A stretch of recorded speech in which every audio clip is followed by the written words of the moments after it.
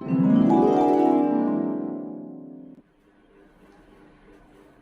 दोस्तों। तो आज हम लोग देखेंगे फिजिक्स का बहुत ही इम्पोर्टेंट टॉपिक मात्रक। ये टॉपिक जो है पैट में इसके आने के बहुत ही ज्यादा चांसेस हैं, क्योंकि हम जानते हैं कि पैट में फॉर्म डालने वाले केवल साइंस ग्रुप के स्टूडेंट ही नहीं बल्कि आर्ट ग्रुप या अदर ग्रुप के भी स्टूडेंट हैं, जिन्हें कहीं ना कहीं साइंस उतने अच्छे से नहीं आती क्योंकि उन्होंने कभी उस चीज को पढ़ा नहीं है। तो हम लोग जो शुरुआत करेंगे साइंस की वो बहुत ही बेसिक से करेंगे। तो हमारा जो टारगेट है वो पैट और जिसमें भी साइंस पूछी जाती है बेसिक साइंस, तो उसके लिए है। हम लोग जानते हैं कि 20 अगस्त के करीब जो है पैट एग्जाम की डेट आ गई है। तो पैट एग्जाम को बहुत ही अच्छे से कर सकें और उसमें भौतिक विज्ञान का जो पोर्शन है उसके 10 नंबर अलग से रखे गए हैं। यानी कि साइंस ग्रुप, वैसे तो जीएस में भी साइंस ही आ जाता है लेकिन भौतिक विज्ञान को अलग से मेंशन किया गया है। तो उसके कुछ इंपॉर्टेंट टॉपिक जो कि हम लोग देखेंगे और जिन्हें हम सीखेंगे और अपने स्कोर को बढ़ाएंगे। तो हम लोग देखेंगे कि किस तरह से मात्रक को हम लोग समझेंगे कि मात्रक आखिर क्या होता है, मापन क्या होता है। कि मापन और मापन जैसे कि हम कोई भी चीज होती है, लंबाई हो गई या किसी चीज का क्षेत्रफल निकालना है या चौड़ाई हो गई, तो हम क्या करते हैं, मापन का इस्तेमाल करते हैं। जैसे हम किसी दूध वाले के पास दूध लेने के लिए जाते हैं तो भी उसके पास एक मापने के लिए एक लीटर होता है, तो वो उस लीटर से नाप के हमें देता है। वो कहता है कि भाई ये लो आधा लीटर हो गया, 1 लीटर हो गया। या हम मार्केट में कोई सब्जी लेने जाते हैं तो भी वो हमें तौल के देता है, तो वो भी एक मापन ही है। तो मापन क्या है, किसी भी चीज को यानी किसी भी मात्रक को, किसी राशि को, ठीक है, किसी राशि के मानक के निर्देश मानक को मात्रक कहते हैं। निर्देश मानक को मात्रक कहते हैं। जैसे कि हम कोई क्वांटिटी किसी चीज का मापन करना चाहते हैं, लेन देन करना चाहते हैं, तो उस लेन देन के लिए हमें क्या चाहिए, हमें मापन की आवश्यकता होती है। ठीक है, तो किसी राशि के मानक क्या है कि उसका एक मान है, मानक है। जैसे हम कह देते हैं 1 kg, ये क्या है, मानक है। ठीक है, तो ये जो मानक है ये 1 के बाद जो लगा हुआ है ये मात्रक है। ये केजी, ये क्या है, मात्रक है। ठीक है, और ये क्या है, उसका मापन है। ठीक है, तो मात्रक से हम पता करते हैं कि कोई क्वांटिटी कितनी है।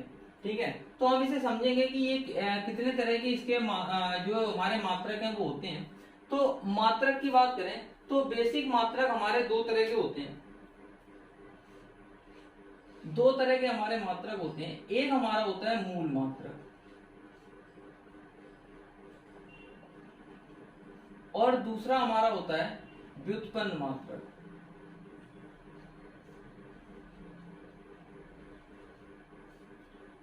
तो मूल मात्रक और व्युत्पन्न मात्रक में क्या डिफरेंस होता है, तो मूल मात्रक जो होते हैं ये अपने खुद के मात्रक होते हैं, मतलब ये किसी पे डिपेंडेंट नहीं होते, ये किसी दूसरी राशि पे डिपेंडेंट नहीं होते, इनका खुद का अपना एक वजूद होता है। और जो व्युत्पन्न मात्रक होते हैं ये व्युत्पन्न मात्रक मूल मात्रक के द्वारा ही बनाए जाते हैं। ठीक है, तो मूल मात्रक की हम बात करेंगे तो एसआई यूनिट की अगर हम बात करें, हम काफी सारी यूनिट्स को पढ़ते हैं। जैसे एसआई यूनिट हो गई हमारे पास, एसआई यूनिट पढ़ते हैं हम, सीजीएस यूनिट पढ़ते हैं, एमकेएस यूनिट पढ़ते हैं। तो यही मुख्यतः हमें यूनिट पढ़ी जाती है। और भी कुछ यूनिट है जो पाउंड वगैरह यूज होती हैं, तो वो इतनी इंपॉर्टेंट नहीं है हमारे लिए, ये ज्यादा इंपॉर्टेंट है। ठीक है, तो ये होता है इंटरनेशनल सिस्टम ऑफ यूनिट। ठीक है, तो इंटरनेशनल सिस्टम ऑफ यूनिट जो कि अंतरराष्ट्रीय लेवल पे इस्तेमाल किया जाता है। एसआई यूनिट हमारी जो है वो एक अंतरराष्ट्रीय प्रणाली में इस्तेमाल की जाती है, और जो सीजीएस प्रणाली है वो इंटरनेशनल लेवल पे यूज नहीं होती। इसलिए ये ऐसा नहीं है कि ये यूज नहीं होती, यूज तो होती है, लेकिन इंटरनेशनल लेवल पे जो हम बात करते हैं, जब भी कोई बात की जाती है तो वो ऐसा यूनिट में ही बात की जाती है। ठीक है, तो इसे बोलते हैं इंटरनेशनल सिस्टम ऑफ यूनिट। ठीक है, तो हमारे जो मूल मात्रक हैं, इन मूल मात्रकों की संख्या 7 है। हमारे 7 मूल मात्रक हैं। तो 7 मूल मात्रक जो हमारे पास है वो है हमारे पास लंबाई, द्रव्यमान, समय, ताप, विद्युत धारा, ज्योति तीव्रता और पदार्थ का परिमाण। ठीक है, तो अगर हम लंबाई की बात करें तो लंबाई का जो एसआई मात्रक होता है वो होता है मीटर।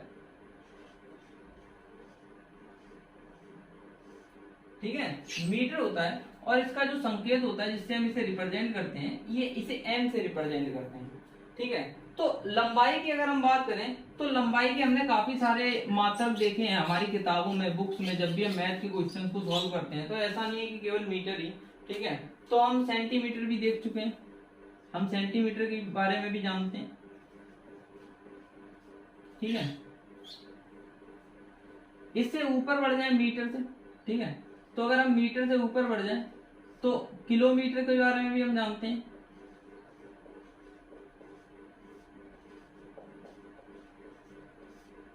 ठीक है, तो अगर हम देखें तो 1 मीटर में हमारे पास 100 सेंटीमीटर होते हैं।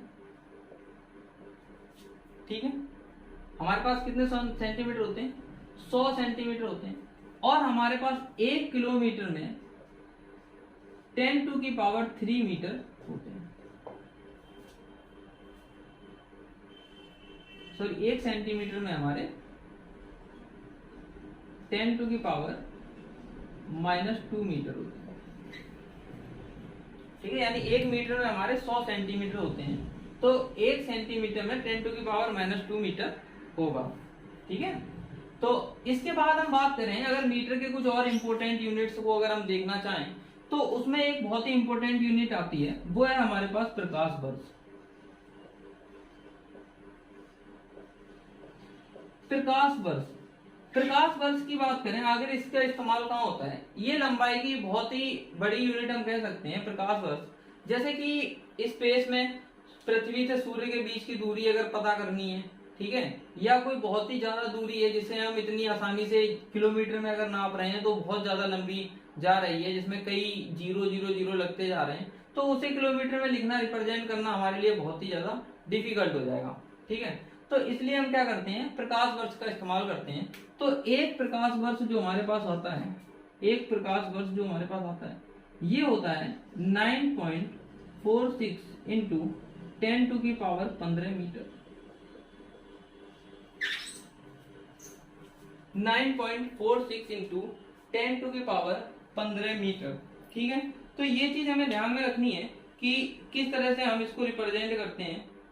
ठीक है, उसके बाद एक प्रकाश वर्ष से ज्यादा बड़ी यूनिट, एक यूनिट और होती है जिसे हम बोलते हैं पारसेक।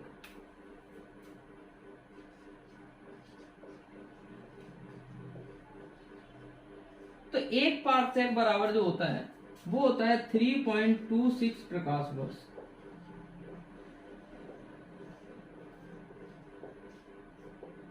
ठीक है, तो ये दूरी की सबसे बड़ा मात्रक हमारे पास जो है पारसेक होता है।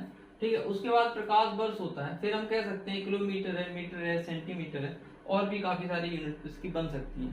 ठीक है, तो ये हमें ध्यान में रखना है। तो मीटर की जो एसआई यूनिट होती है वो हमारे पास, लंबाई की जो एसआई यूनिट होती है वो हमारे पास मीटर होती है। ठीक है, और सीजीएस जो प्रणाली है, सीजीएस प्रणाली, इसे हम बोलते हैं सेंटीमीटर, ग्राम, सेकंड प्रणाली। ठीक है, तो सीजीएस प्रणाली में जो लंबाई का मात्रक है वो सेंटीमीटर है। ठीक है, और एमकेएस में मीटर होता ही है। ठीक है, तो ये हमें ध्यान में रखना है। उसके बाद हम अगर बात करें द्रव्यमान की, तो द्रव्यमान का जो मात्रक होता है वो होता है किलोग्राम। जो द्रव्यमान का मात्रक होता है वो होता है हमारे पास किलोग्राम। इसे हम रिप्रेजेंट करते हैं केजी से। ठीक है, अक्सर हम जब मार्केट में जाते हैं तो कहते हैं भाई 1 केजी हमें ये दे दो या 2 केजी हमें वो दे दो। ठीक है, ऑब्वियस सी बात है, सब्जी वगैरह खरीदने कभी अगर कोई गया हो तो वो जानता होगा बहुत अच्छी तरह से।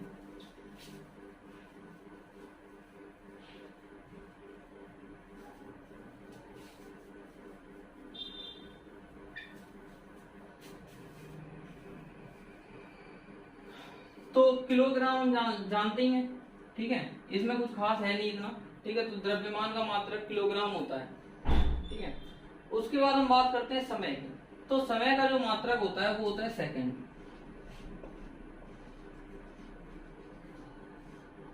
ठीक है, तो इसे सिंबल एस से रिप्रेजेंट करते हैं। तो हमारी जो सुई होती है, अक्सर हम घड़ी देखते हैं तो कहते भी हैं भाई इतने घंटे, इतने मिनट, इतने सेकंड हो रहे हैं। तो जो इसका यूनिट, अगर बड़ा यूनिट लें हम, सबसे बड़ा तो नहीं कहेंगे क्योंकि बड़े घंटे से बड़ा भी दिन हो जाएगा, दिन में 24 घंटे होंगे, ठीक है। तो घंटे के बाद मिनट और मिनट के बाद सेकंड, ठीक है। तो 1 घंटा बराबर जो होता है वो हमारा 60 मिनट के होता है। और ये जो 60 मिनट जो होते हैं हमारे, ठीक है, अब वो सेकंड में कितना बनेगा जा करके 60 मिनट इंटू 60 सेकंड, ठीक है। 1 घंटे में 60 मिनट हो गए और 60 मिनट में हमारे कितने सेकंड हो गए, 3600 सेकंड हो गए हमारे।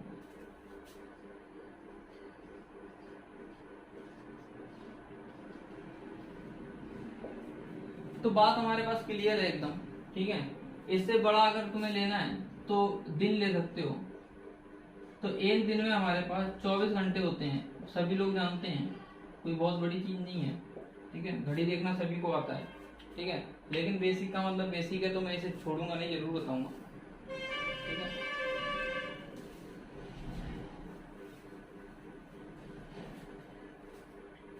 इसके बाद हम बात करेंगे ताप की। तो अगर हम ताप की बात करें तो ताप का मात्रक हमारे पास होता है केल्विन।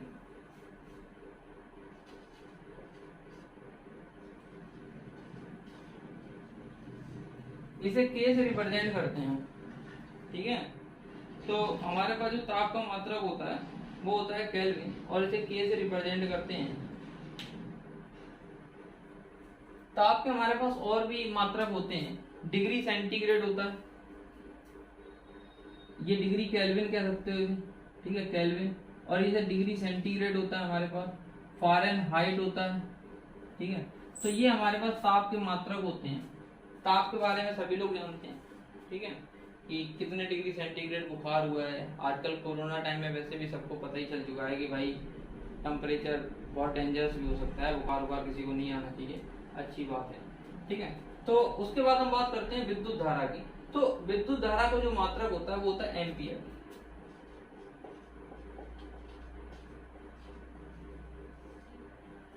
ठीक है। तो इसे हम ए से रिप्रेजेंट करते हैं, एम्पियर को, ठीक है।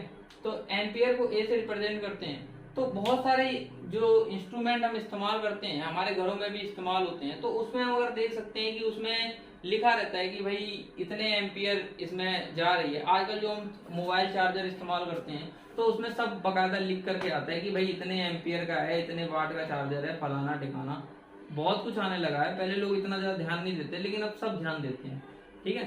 तो हमें पता है एम्पियर के बारे में, ये विद्युत धारा का मात्रक होता है, ठीक है। ज्योति तीव्रता की बात करें यार, इससे ना हम लोग फैमिलियर नहीं हो पाते हैं ज्योति तीव्रता से। तो ये अजीब सी चीज लगती रहती है, आखिर ज्योति तीव्रता है क्या, ज्योति तीव्रता है क्या, ठीक है। तो ज्योति तीव्रता का जो मात्रक होता है हमारे पास, वो हमारे पास होता है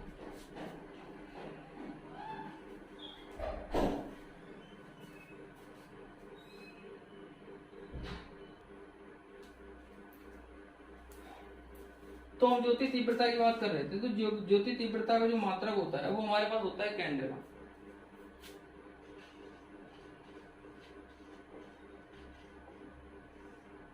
ठीक है। तो कैंडेला को हम लोग रिप्रेजेंट करते हैं सीडी से। तो ये ज्योति तीव्रता की बात करें तो ज्योति तीव्रता क्या होता है, ये एक इंटेंसिटी है। इंटेंसिटी से मेरा मतलब क्या है कि आप लोगों ने कभी देखा होगा, जैसे कोई अगर हम टॉर्च का इस्तेमाल करते हैं, ठीक है, तो टॉर्च का इस्तेमाल करते हैं, जैसे जैसे ये दूरी बढ़ती जाती है वैसे वैसे इसकी लाइट भी फैलती जाती है। सभी लोग जानते हैं, हम सभी लोग जानते हैं कि जैसे जैसे दूरी बढ़ती जाती है लाइट भी फैलती जाती है। अगर हम इस पर्दे की बात करें तो इस पर्दे पे अगर हम देखें तो यहाँ पे जो इसकी लाइट पड़ेगी, यहाँ पे जो लाइट पड़ेगी वो कहीं ना कहीं, अगर यहाँ पे मैं पर्दा लगाऊं तो वो कम एरिया पे रहेगी, ये एरिया इसका कम होगा, या और पास ले आए तो एरिया और कम हो जाएगा, आप लोग देख पा रहे हैं। और बिल्कुल ही यहाँ पे ले आए तो एरिया और ज्यादा कम हो गया, ठीक है। तो होता क्या है कि हमें जो रोशनी देखने को मिलेगी, जो प्रकाश देखने को मिलेगा, वो ऑब्वियस सी बात है, जहाँ पे जितने पर्दे को हम पास लाएंगे उस पर हमें ज्यादा देखने को मिलेगा, ठीक है। अगर हम यहाँ पे बात करें कि हमारी ज्योति तीव्रता I1, I2, I3 और इस पे हम अगर I4 ले लें, ठीक है, तो किस पे हमें इंटेंसिटी ज्यादा देखने को मिल रही है, किस पे हमें ज्योति तीव्रता ज्यादा देखने को मिल रही है। तो यहाँ पे अगर हम बात करेंगे तो I1 सबसे ज्यादा होगा, यहाँ पे प्रकाश सबसे ज्यादा पर्दे के ऊपर आपको दिखाई देगा, तो I1 जो होगा वो सबसे बड़ा होगा, और I1 से जो छोटा होगा वो I2 होगा, क्योंकि इससे थोड़ी दूरी पे पर्दा लगा हुआ है, उसका जो ज्योति तीव्रता है वो I2, फिर I3 और फिर I4, इस तरह से होता है, ठीक है। तो जो इंटेंसिटी होती है I, जो इंटेंसिटी I होती है, ये डायरेक्टली प्रोपोर्शनल होती है A स्क्वायर के। ये जो A होता है, ये A जो होता है ये आपका एरिया होता है, ठीक है। A क्या होता है आपका एरिया होता है, ठीक है। आयाम का भी इस्तेमाल होता है इसमें कहीं कहीं, आयाम का, ठीक है। तो जैसे जैसे हमारा ये A जो होता है ये आयाम होता है, आयाम। आयाम क्या होता है कि जब भी कोई प्रकाश का हम चैप्टर जब पढ़ते हैं तो उसमें जो प्रकाश की इक्वेशन लिखी जाती है तो उसमें आयाम का इस्तेमाल होता है। तो इतनी डीपली हमें नहीं जाना है, हमें केवल इतना ध्यान रखना है कि I is proportional to A square. अगर आपसे कोई क्वेश्चन पूछेगा ना ज्योति तीव्रता से रिलेटेड, तो वो केवल इतना पूछेगा कि ज्योति तीव्रता यानी कि इंटेंसिटी जो है वो आयाम के किस तरह से प्रोपोर्शनल होती है, और वो आपको 4 ऑप्शन दे देगा। उनमें से मान लो उसने इस तरह से कोई ऑप्शन बना दिए, पहला option I is proportional to A square, दूसरा option I is directly proportional to A, तीसरा option I is inversely proportional to A, I is directly proportional to A cube, ठीक है। तो इस तरह के अगर उसने 4 ऑप्शन बना दिए तो हमें पता है कि ये वाला ऑप्शन हमारा सही होगा, ठीक है। तो वो इस तरह से तो क्वेश्चन पूछ सकता है, और कोई क्वेश्चन इसमें नहीं बनेगा। क्या मेरी बात क्लियर हो रही है, ठीक है। तो I is directly proportional to A square के होता है। इसके बाद अगर हम बात करें इंटेंसिटी की, तो इंटेंसिटी ज्योति तीव्रता जो होती है वो दूरी पे किस तरह से डिपेंड रहती है। ये भी एक अपने आप में इंपॉर्टेंट क्वेश्चन है कि जो इंटेंसिटी है वो दूरी के साथ किस तरह से बढ़ेगी। तो I is directly proportional to 1/d square के होती है। ये आपकी ज्योति तीव्रता है,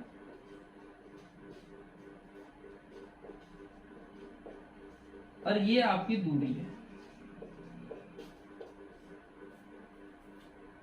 ठीक है। तो हम लोग सभी लोग जानते हैं कि अगर इंटेंसिटी की बात करें, ज्योति तीव्रता की बात करें, तो जैसे जैसे दूरी हमारी बढ़ेगी वैसे वैसे इंटेंसिटी भी कम होती जाएगी, होनी भी चाहिए, ठीक है। तो intensity is directly proportional to 1/d square को होती है। हम लोग ये चीजें याद रखेंगे, ये दोनों ही चीजें इंपॉर्टेंट हैं अपने आप में, तो ये दोनों ही चीजें हमें ध्यान में रखनी है।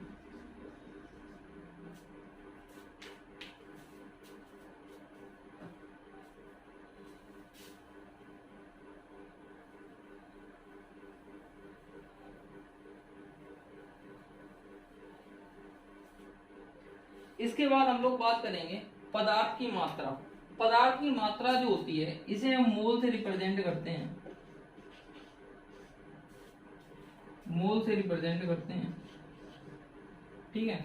तो आखिर पदार्थ का परिमाण नापने की आवश्यकता क्यों पड़ी।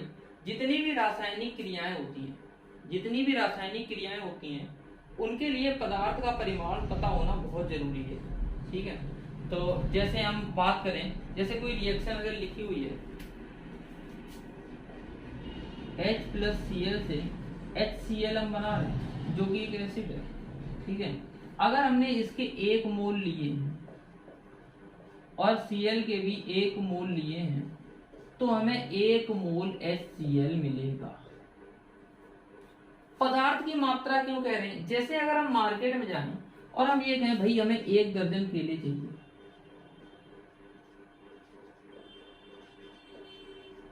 तो वो हमें 12 केले दे देगा, हम सभी लोग जानते हैं, है ना। अगर हम मान लीजिए 1 मोल की बात करें तो यहाँ पे अगर हम कहें कि हमारे पास भाई 1 मोल केले हैं, क्या है हमारे पास, 1 मोल केले।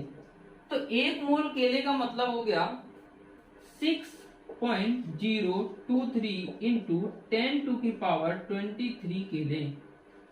तो आप लोग जब ये देख पा रहे हैं कि 10⁻23 केले कितना बड़ा नंबर होगा, लेकिन यहाँ पे पदार्थ की मात्रा में जब हम इस्तेमाल करते हैं तो हम क्या नापते हैं, हम नापते हैं परमाणु, परमाणुओं की संख्या, अणुओं की संख्या। ठीक है, तो वो हमारे लिए बहुत ही लार्ज नंबर होता है जिसे हम मोल में नापते हैं। ठीक है, तो इसलिए हम मोल का उपयोग पदार्थ की मात्रा नापने में करते हैं। अगर हम ये कहें कि 1 मोल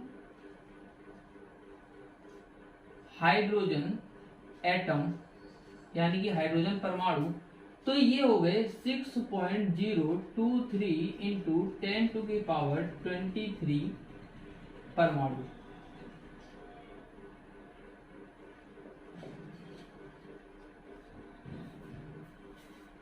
क्या बात क्लियर हो रही है? ठीक है, तो ये हमारे पास कुछ मूल मात्रक थे। ठीक है, मूल मात्रक के बाद अगर हम बात करें व्युत्पन्न मात्रक की,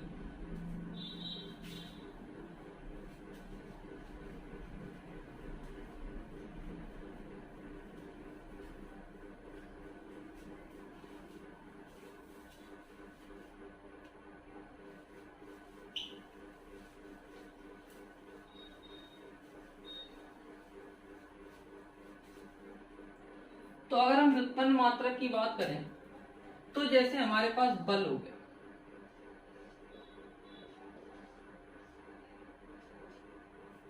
है ना, तो बल की जो यूनिट होती है ये होती है न्यूटन। तो 1 न्यूटन बराबर जो होता है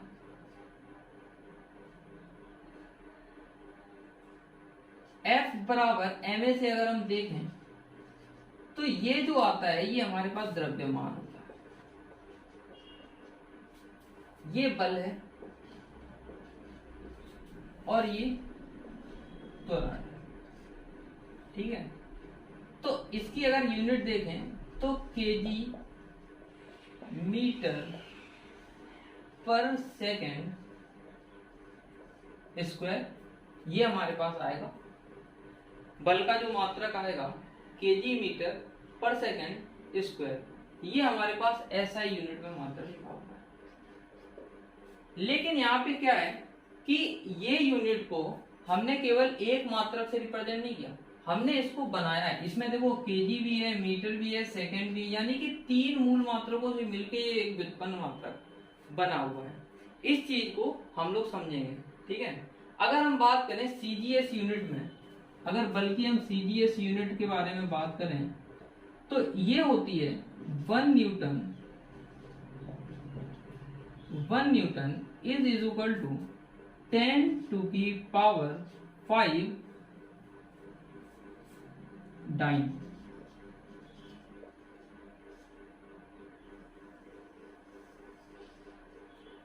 एक न्यूटन बराबर 10⁵ डाइन। ठीक है, और अगर कार्य की बात करें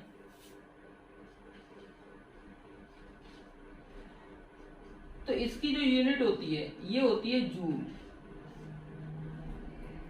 लेकिन सीजीएस में अगर हम बात करें, सीजीएस यूनिट में तो जो कार्य की यूनिट होती है तो 1 जूल बराबर 10⁷ अर्ग,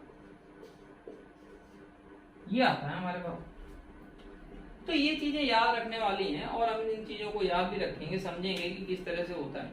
ठीक है, तो ये कुछ हमारे पास बेसिक नॉलेज थी भौतिक विज्ञान से संबंधित कि राशियां हमारे पास कौन कौन सी राशियां हमारे पास मूल मात्रक हैं, कौन कौन सी व्युत्पन्न मात्रक हैं,